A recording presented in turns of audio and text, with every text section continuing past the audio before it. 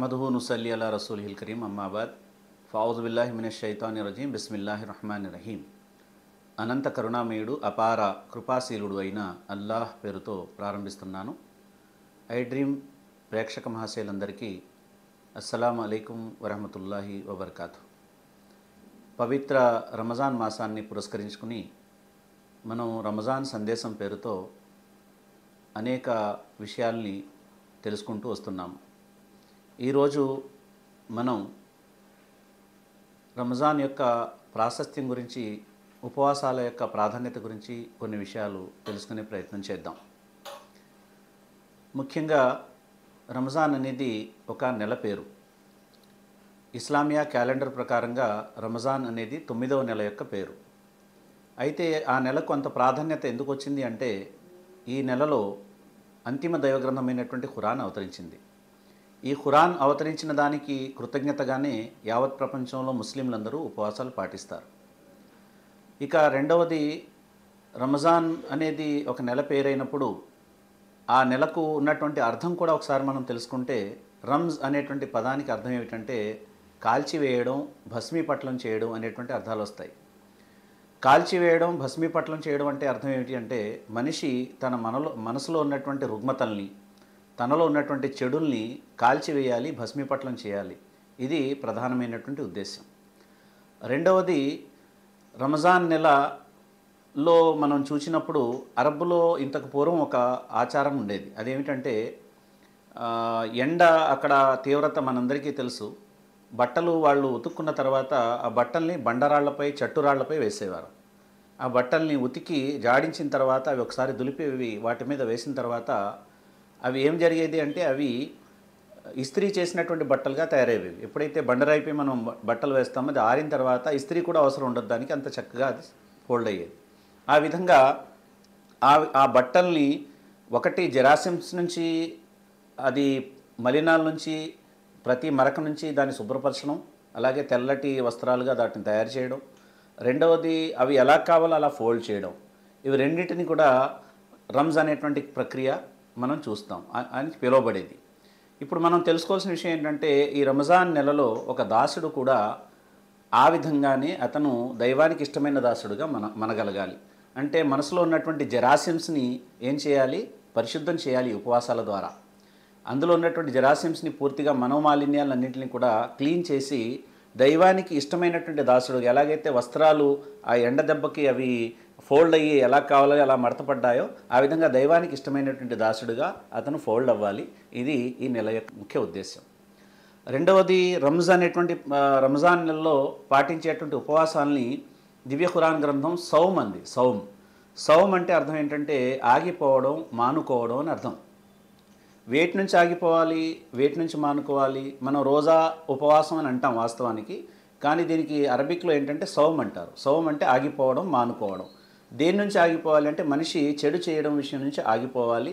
ఎవరిపైనా దౌర్జన్యం చేయడం, తప్పులు చేయడం వాటిని మానుకోవాలి. అంటే ఏమైనా వ్యసనాలున్నా, దుర్లక్షణాలున్నా, ఏదైనా వ్యవహారాల్లో అవకతవకలున్నా, లోపాలున్నా వాటిని పూర్తిగా మానుకునే ప్రయత్నం మొదలుపెట్టాలి. ఇది సౌమ్ అంటే ఉపవాసం యొక్క ప్రధాన ఉద్దేశం. దీన్ని బట్టి అర్థం విషయం ఏంటంటే, ఉపవాసాల యొక్క కంప్లీట్ కాన్సెప్ట్ ఏమిటంటే, వ్యక్తిలో పరివర్తన రావాలి, వ్యక్తిలో ఉన్నతమైనటువంటి శీలం అనేటువంటిది వెల్లివిరియాలి. తద్వారా వ్యక్తి ఉన్నతమైనటువంటి మార్పును ఆహ్వానించగలగాలి. అతనిలో మార్పుని అతను స్వయంగా ఫీల్ కాగలగాలి. అతనితో పాటు ఉన్నటువంటి సన్నిహితులు, భార్య, తల్లిదండ్రులు, పిల్లలు, స్నేహితులు, బంధువులు, వ్యాపారంలో ఉంటే పార్ట్నర్స్, నైబర్స్, వీళ్ళందరూ కూడా ఆ మార్పును వాళ్ళు కూడా చూడగలగాలి. ఆ విధమైనటువంటి మార్పు ఉపవాసాల ద్వారా రావాలి. ఇది ఉపవాసం యొక్క ప్రధాన ఉద్దేశం. కనుక ఉపవాసాల ప్రాధాన్యతని ప్రవక్త సల్లల్లాహు అలైహి వసల్లం తెలియజేస్తే ఏమన్నారంటే, రమజాన్ నెల అల్లాహకు ఇష్టమైనటువంటి నెల అని ప్రస్తావించడమే కాకుండా, ఈ నెల సహనం వహించాల్సిన నెల, ఇది బీదసాదల పట్ల, అన్నార్థుల పట్ల సానుభూతి కలిగి ఉండవలసినటువంటి నెల, ఈ నెల విపరీతమైనటువంటి సేవ, చారిటీ చేసేటువంటి నెల. ఈ నెలలో ఒక ఘనమైనటువంటి రాత్రి ఒకటి వస్తుంది. ఆ రాత్రి 1000 నెలల కంటే ఘనమైనటువంటి రాత్రి. అలాగే ఈ నెలలో మీరు చేసేటువంటి ఐచ్ఛిక ఆరాధన అంటే నఫిల్ ఆరాధన విధి చేసిన ఆరాధన అంటే ఫర్జ్ ఆరాధనతో సమానంగా ఉంటుంది. ఒక ఫర్జ్ ఆరాధన 70 రెట్ల పుణ్యాలను ఆర్జించి పెడుతుంది. కనుక ఈ నెల ఆశాంతం కూడా దైవ కారుణ్యం కురుస్తూ ఉంటుంది. కనుక విశ్వాసి తప్పనిసరిగా ఈ నెలలోని ప్రతి మిల్లీ మైక్రో సెకండ్ని కూడా సద్వినియోగపరుచుకునేటువంటి ప్రయత్నం చేయాలి. ఎందుకంటే ఒక ఆఫర్ ఏదైతే ఉందో అది ఒక పర్టికులర్ లిమిటెడ్ టైం ఇవ్వడం జరుగుతుంది. ఆ లిమిటెడ్ టైం ఏదైతే ఉందో ఆ ఆఫర్ని వదులుకున్నవాడు తర్వాత బాధపడుతూ ఉంటాడు. అరే, నేను అప్పుడు వినియోగించుకుంటే బాగుండేది, అప్పుడు నేను నిజంగా కూడా సద్వినియోగపరుచుకుంటే నాకు బాగుండేది, ఈ పరిస్థితి నాకు వచ్చేది కాదు అని. అలాగే రంజాన్ అనేటువంటిది పుణ్యాలను అత్యధికంగా ఆర్జించడానికి దేవుడు ఇచ్చినటువంటి ఒక గోల్డెన్ ఆపర్చునిటీ, ఒక ఒక సువర్ణ అవకాశం. ఈ అవకాశాన్ని సద్వినియోగం పరచుకోవడానికి ప్రతి విశ్వాసి కూడా పరిగెట్టాలి. రెండవది, ఈ రంజాన్ నెల గురించి, ఉపవాసాల గురించి ప్రస్తావిస్తూ ప్రవక్త సల్లల్లాహు అలైహి వసల్లం ఏమన్నారంటే, ఎవరైతే పరిపూర్ణ విశ్వాసంతో అలాగే పరిపూర్ణమైనటువంటి ఆత్మ పరిశీలనతో ఉపవాసాలు పాటిస్తాడో ఆ వ్యక్తి పూర్వం చేసినటువంటి పాపాలన్నీ దేవుడు క్షమిస్తాడు అని చెప్పడం జరిగింది. ఏ వ్యక్తి అయితే పరిపూర్ణ విశ్వాసంతో పరిపూర్ణ ఆత్మ పరిశీలనతో రాత్రి తరావీ నమాజ్ చదువుతాడో ఆ వ్యక్తి పూర్వం చేసిన పాపాలన్నీ క్షమించబడతాయని చెప్పడం జరిగింది. అయితే పూర్వపు పాపాలు క్షమించబడ్డానికి 2 షరతులు ప్రస్తావించబడ్డాయి. ఆ షరతుల్ని పాటించడమే ఉపవాసం స్వీకరించబడుతుందా లేదా అనడానికి నిదర్శనం. ఒకటి ఏమిటంటే పరిపూర్ణమైన విశ్వాసం, దైవం పట్ల అచంచలమైన విశ్వాసం, దైవం పట్ల అచంచలమైనటువంటి నమ్మకం, ఆయన ఏకత్వం గురించి, ఆయన ఔన్నత్యం గురించి, ఆయన అద్వితీయత గురించి, ఆయన మహోన్నత స్థితి గురించి, లాభనష్టాలు, జీవన్మరణాలు, ఆరోగ్య అనారోగ్యాలు అన్నీ కూడా ఆయన తరపునే జరుగుతాయనేటువంటి విశ్వాసం. రెండవది, నేను మరణించిన తర్వాత ఆయన ముందు హాజరుపరచబడతాను, నా జీవితంలోని ప్రతి సెకండ్కు సంబంధించి కూడా నేను దేవుడికి సమాధానం చెప్పాలనేటువంటి మరణానంతర జీవితపు భావన, ఇది విశ్వాసం.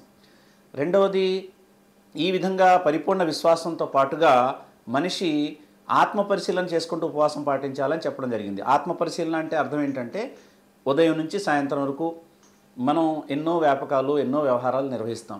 రాత్రి మంచం మీద కూర్చున్న తర్వాత ఒకసారి మైండ్లో రిమైండ్ చేసుకోవాలి, లేదా ఒక పేపర్ పెట్టుకుని ఉదయం నుంచి సాయంత్రం వరకు నేను ఏం చేశాను, నా ఉదయం లేవడం ఎలా లేచాను, లేచిన తర్వాత ఇంట్లో నా ప్రవర్తన ఎలా ఉంది, పిల్లలతో ప్రవర్తన ఎలా ఉంది, తల్లిదండ్రులతో భార్యతో ప్రవర్తన ఎలా ఉంది, లేదా స్త్రీలైతే భర్తతో అత్తగారితో వాళ్ళతో ఎలాంటి ప్రవర్తన ఉంది, నా నోటి ద్వారా ఎవరన్నా హింసించానా, బాధ పెట్టానా, లేదా ఏమన్నా తప్పులు చేశానా. ఈ విధంగా మనం ఏం చేయాలంటే ఒక లిస్ట్ అవుట్ చేసుకోవాలి.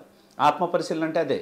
చేసుకున్న తర్వాత ఉపవాసం పాటించి కూడా, ఓ దేవా, ఈ లోపాలు ఇంకా నాలోంచి దూరం అవ్వలేదు, రాత్రి నేను నిద్రపోతాను కానీ ఉదయం నువ్వు తలిస్తేనే నేను లేస్తాను. ఎందుకంటే ఎంతోమంది రాత్రి నిద్రపోయిన తర్వాత వాళ్ళు స్వతహాగా లేవరు, నువ్వు లేపితేనే వాళ్ళు లేవలేరు. ఇది నా విశ్వాసం. కనుక నువ్వు ఉదయం లేపితే తిరిగి నేను ఈ పాపాల వైపు వెళ్లకుండా నేను జాగ్రత్త పడతాను అని చెప్పి దైవం ముందు ప్రమాణం చేసుకుని తౌబా అంటే పశ్చాత్తాపపడి మనం నిద్రపోవాలి.